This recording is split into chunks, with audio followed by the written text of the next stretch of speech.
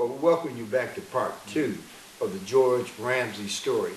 Again, we're looking into the history of what made Detroit sound that went around the world possible. There were actual people who committed their lives and their talents and their gift to making the sound happen. And we're very pleased this afternoon to have one of those individuals here with us today, and we allowed him to share his story about how it all came together.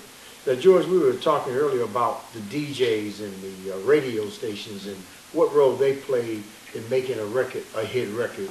Share with us what your experience was with the DJs and the radio stations. Yeah, I think that was what the uniqueness of Motown and how it happened, because Berry Gordy's obviously wasn't the only black record company. They had record companies in Chicago. I think they had one in the South. As a matter of fact, in Detroit, Joe Von Battles had a record company here on Hastings Street, which is Aretha Franklin's father's album was recorded at his studio. But the uniqueness of Berry was that when Berry was just getting off the ground, WCHB's radio station was just being launched also. So Berry had product for them to play, a local product, which made it possible for the disc jockeys to make money, because you had all of this abundance of talent here in the city, and they came out to the radio stations out in Inkster, and a lot of the record houses we held out there at Inkster High School. And the disc jockeys at that time, Joe Howard, Franny Gurney, and all of these guys, they were having these record house out there in Inkster because of the close proximity of the radio station. And it fed that the growth, because the uniqueness again of Detroit is that if you had it was difficult to get the black artists to be played on the radio stations, CKLW, not CKLW, WXYZ at that point, and WKENA were the main radio station. But it was difficult for black artists to get their records played on the radio stations. But when WCHB came along, it was a natural. They had the product for the community that they were serving, which also meant that CKLW in Windsor, what they would do was, any record that became a hit in Detroit, pop records, and as it became the black radio stations, any record that made it to the top on WCHB would automatically pick up on CKLW. All right. They had a program director, a woman named Rosalie Tomley, and Berry Gordy speaks very highly of her in his book about how his company got the ground, because Rosalie, who loved the music that was being produced here, she would often be at the 20 grand, on the shows. But any time a record got played on CKLW at that time was the most powerful radio station in North America. I mean, if you got it was played all over the world, and artists would black artists clamored to come to Detroit to perform. In between the period of time I was working with Motown, I was also working with Ed Love. Ed Love was a jazz disc jockey, and I would alternate my time between his jazz artist and Freddie Doo-Wopper. But anyway, the jazz artists would flock to Ed Love to have his concerts on Sunday, because what Ed would do, Ed would feature their albums, and invariably, when he featured their albums, Rosalie would pick it up over in CKLW, which launched a whole lot of Lou Rawls and Nancy Wilson. I remember reading about, she saying that Detroit had played a big part in launching her career, simply because Ed Love got her music played on CKLW. So again, the radio stations here in Detroit, was just phenomenal. We'd go all over. I remember sitting in the radio station, like I said, prior to CKLW, prior to WCHB being launched, with Freddie Gorman. He had a record out called The Day Will Come. I was trying to get that record played. So we sat there on many occasions, and it was just, well, he's not in, he would brush the black artists off. But again, when WCHB came along, they were graciously looking for this material to play. So the radio station, Franny Gurney became very, very popular. Joe Howard,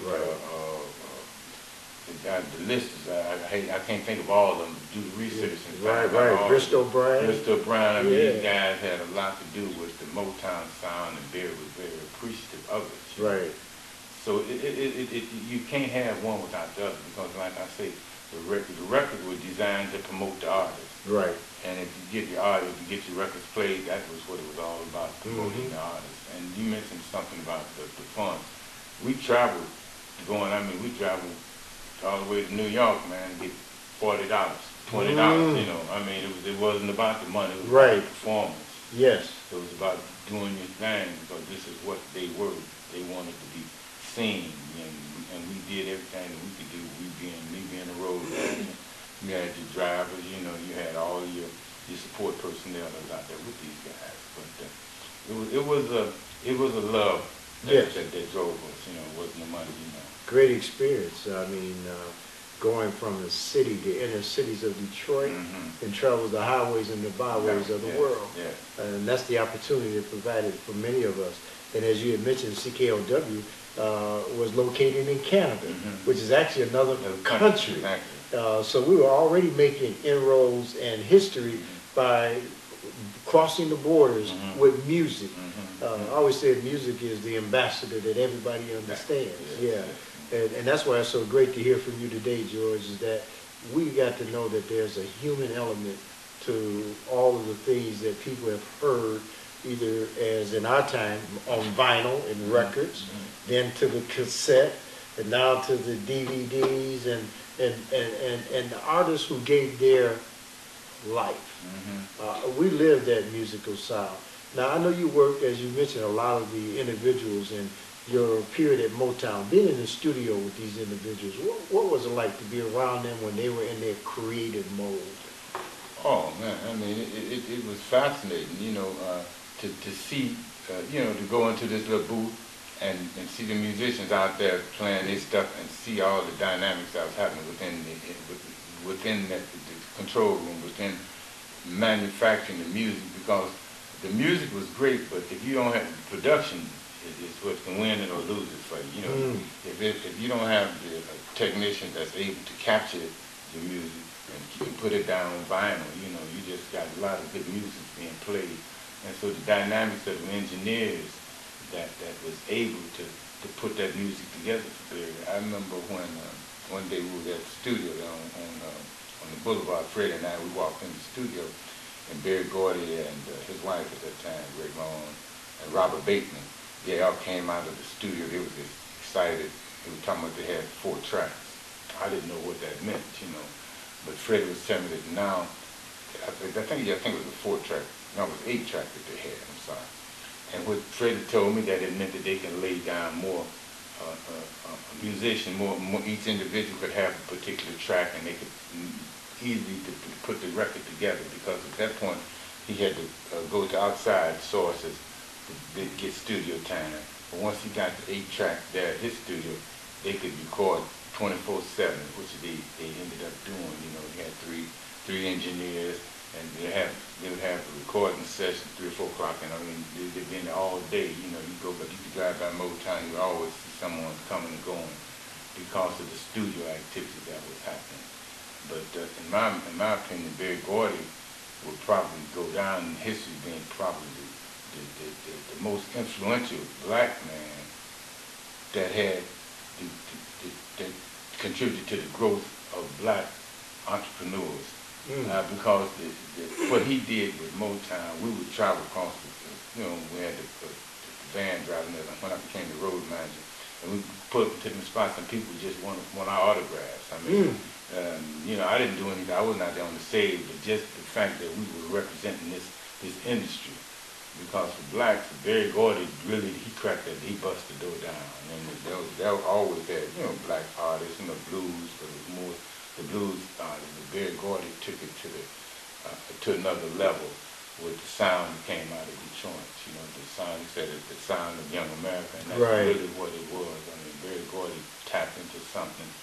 And I mean, he's getting his propers now, but there was a period of time when a lot of folks were down in Barry, not understanding the dynamics what this man went through to take all of these not uneducated, unsophisticated young folks out of Detroit and put them in a situation where they could go and conquer the world.